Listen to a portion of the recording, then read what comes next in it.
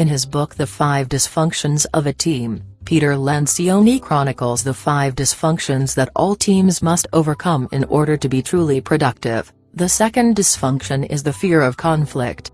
The desire to preserve artificial harmony stifles the occurrence of productive ideological conflict. Great teams do not hold back with one another.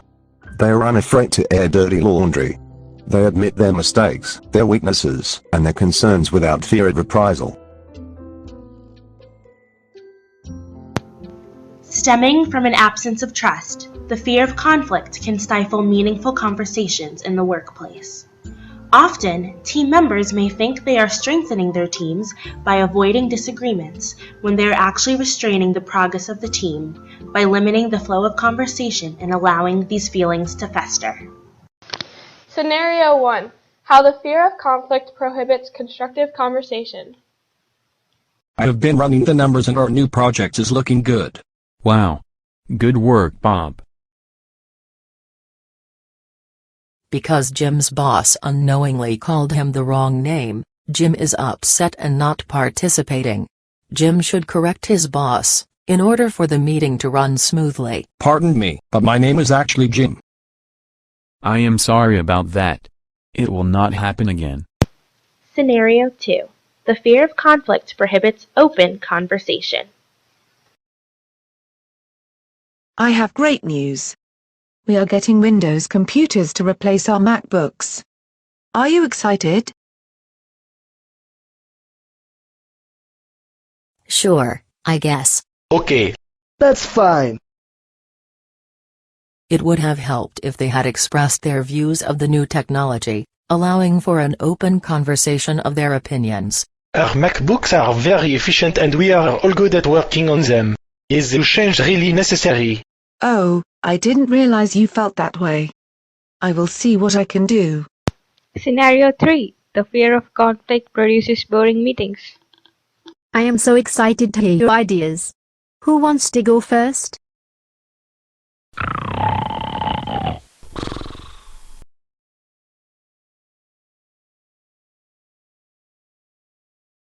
Fine. If no one has anything to say, this meeting is dismissed.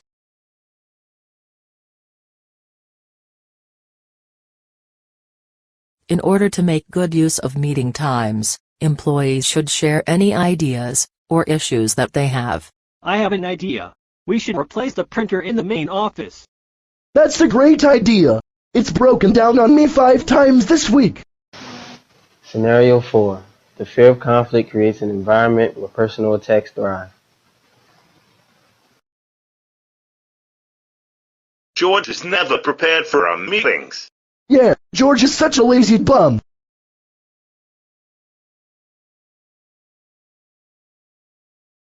This could have been avoided if the men in this scenario spoke directly to George to express their concerns rather than speaking unkindly behind his back. Are you talking about George? You two should really bring this up with him. To summarize, the fear of conflict is the desire to preserve artificial harmony, which hinders the occurrence of productive ideological conflict.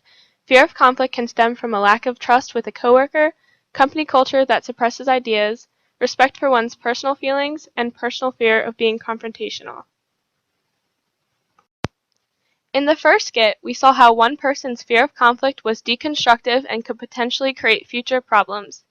In the second skit, we saw a scenario where one person's opinion can create a fear of conflict to a whole group. This fear held back everyone from exchanging their true feelings about a new product. In the third skit, we saw a scenario where people did not express their ideas, which led to a boring meeting with no helpful interaction. Lastly, in the fourth skit, we saw how a fear of conflict can create a work environment that promotes talking behind people's backs and not being upfront with issues. All of these examples of fear of conflict hinders the success of the team and organization. Strong teams will debate and engage in conflict in order to make progress. There should be an environment that promotes healthy conversation and respect for others in the process.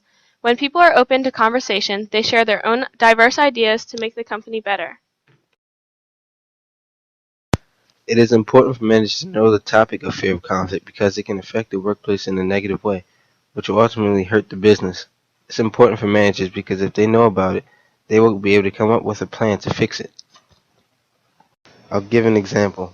Say I have a fear of conflict with a coworker, but it's really bothering me mentally because I want to say something, but I'm afraid of the outcome. Then it begins to affect my efficiency of my work.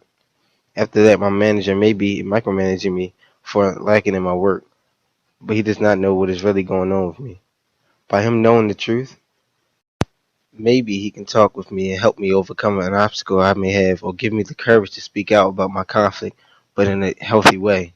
This will prevent things to get out of hand and prevent poor work ethic in the future. Hello everyone. Today I'm going to share a story with you from the life of an young entrepreneur who was right out of business school and took over her father's restaurant business. Like every young mind out of B school, hers was also full of ideas. Now, and I'm going to tell you about her journey with those ideas.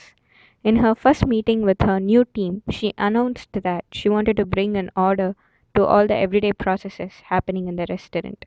She started it with introducing a new type of dress code to all the employees. The women were not quite comfortable with it, but said nothing.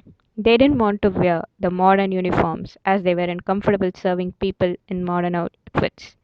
They said nothing. Days passed, and none noticed the displeasure in the face of ladies and the sudden increase in the time taken to wait tables. The new boss was happy to see the change in the restaurant. This also motivated her to bring more changes in the restaurant without bothering about the opinion of her employees or anyone. She faced no oppositions when she introduced any idea in her restaurant. The employees feared the happening of getting into the bad books of their boss and said nothing. Months passed and she started to notice that she had none to discuss and innovate ideas. She also realized that her employees were not as happy as they used to be. With none to guide her, she went back to her father for help. He explained to her that she would have understood the culture in the organization before introducing changes, and also how she should have been a leader rather than being a boss. She realized her mistake and arranged for a meeting with her employees and made them all to open up their mouths to voice out their opinions. This story may happen to any one of us. All that we have to do is talk and listen to our employees as realize that there will be no captain without the crew.